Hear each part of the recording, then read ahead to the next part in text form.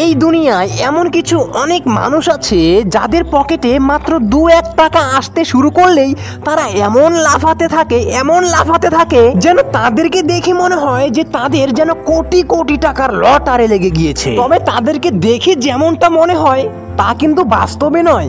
আগে সে যেমন ছিল সে তেমনই আছে, তবে পার্থক্য শুধু এতটুকুই, আগে সে 1 টাকাও ইনকাম করতো না আর এখন 1-2 টাকা করে ইনকাম করছে, তাতেই এত লাফাচ্ছে। অর্থাৎ এই কথার মাধ্যমে আমি তোমাকে এটা বোঝাতে চাইছি যে তুমি এখন যেমন আছো, যদি ভবিষ্যতে তোমার পকেটে টাকা আসতে থাকে কিংবা তুমি আগে যেমন ছিলে আর এখন যদি তোমার পকেটে 2-4 টাকা করে আসতে থাকে, তাহলে তুমি আগে যেমন ছিলে তেমনই থাকো। কাউকে কিছু বলার দরকার নেই, কাউকে কিছু বোঝানোর দরকার নেই। তোমার ভেতরের উত্তেজনা তুমি নিজের মধ্যেই রাখো। অর্থাৎ মনে করো তুমি আগে 1 টাকাও পেতে না মাসে, আর এখন এমন কিছু করছো যাতে তুমি প্রত্যেক মাসে 8,000 টাকা করে পাবে, এবং বাস্তবে যদি এটা হয় 8,000 টাকার বদলে তুমি 16,000 টাকাও পাও, তাহলে তোমার ভেতরে একটি অস্বাভাবিক লুকোনো উত্তেজনা জাগবে, যে উত্তেজনা বোঝানোর জন্য, শেয়ার করার জন্য তুমি তোমার বন্ধু বান্ধব আত্মীয় স্বজনের মধ্যে ছড়িয়ে দিতে চাইবে। তবে যাই হয়ে যাক, তোমার কিন্তু কাউকে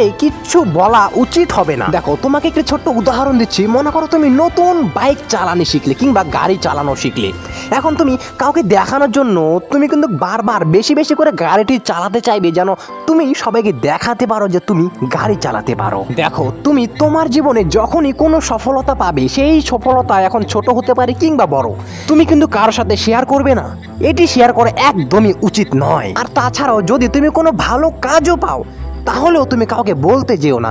আরে তোমার কাজ করতে করতে মানুষ অটোমেটিকলি জানবে তোমার কর্মের বিষয়ে, তোমার বিষয়ে। কাউকে এগিয়ে গিয়ে যেচে বলাটা কিন্তু একদমই সঠিক নয় যে আমি এত টাকা পেয়েছি, আমার লটারি লেগেছে, বা আমার চাকরি হচ্ছে, বা আমি এমন একটি কাজ পেয়েছি যেখানে আমি প্রত্যেক মাসে 30,000 টাকা করে পাবো। তুমি 30,000ই পাও কিংবা কমই পাও কিংবা বেশি পাও, কাউকে কিচ্ছু শেয়ার করার দরকার নেই, কারণ এতে নিজেরই ক্ষতি। আর সব থেকে বড় কারণ কি জানো?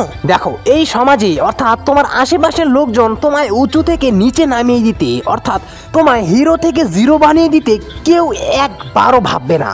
তোমার আত্মীয় স্বজনেরাও না। তোমায় হিরো থেকে জিরো বানিয়ে দিতে সবাই ছুটে আসবে, কিন্তু তোমায় জিরো থেকে হিরো বানিয়ে দিতে কেউ এগিয়ে আসবে না, কেউ না। যখন তুমি জিরোতে থাকবে তখন দেখে তোমায় সবাই ছি করবে, আর যখনই তুমি নিজের কষ্টের দ্বারা জিরো থেকে হিরোতে পরিণত হবে, তখন তোমার পায়ের নিচে সবাই এসে পড়বে, তোমার সাথে সবাই বন্ধুত্বের হাত বাড়াতে চাইবে। আর এটাই হচ্ছে এই বর্তমান স্বার্থের দুনিয়ার নিয়ম। তাই তুমি তোমার জীবনে প্রতিদিন ধীরে ধীরে উঁচুতে উঠছো, শান্ত থাকো। প্রতিদিন প্রতি মাসে তোমার টাকা আসছে অনেকগুলো করে, শান্ত থাকো। ভালো কর্ম করে তোমার নাম উজ্জ্বল করছো, শান্ত থাকো। কাউকে কিচ্ছু বলার বা বোঝানোর দরকার নেই, কারণ সময় আসলে তোমার কর্মই তোমার পরিচয় সবাইকে দিয়ে দেবে। কারণ একটি মূল্যবান কথা সবসময় মনে রেখো যে খুচরো পয়সাই সব থেকে বেশি শব্দ করে, কিন্তু নোট পয়সা কিন্তু শব্দ করে না। আজকে এতটুকুই, দেখা হচ্ছে পরের ভিডিওতে।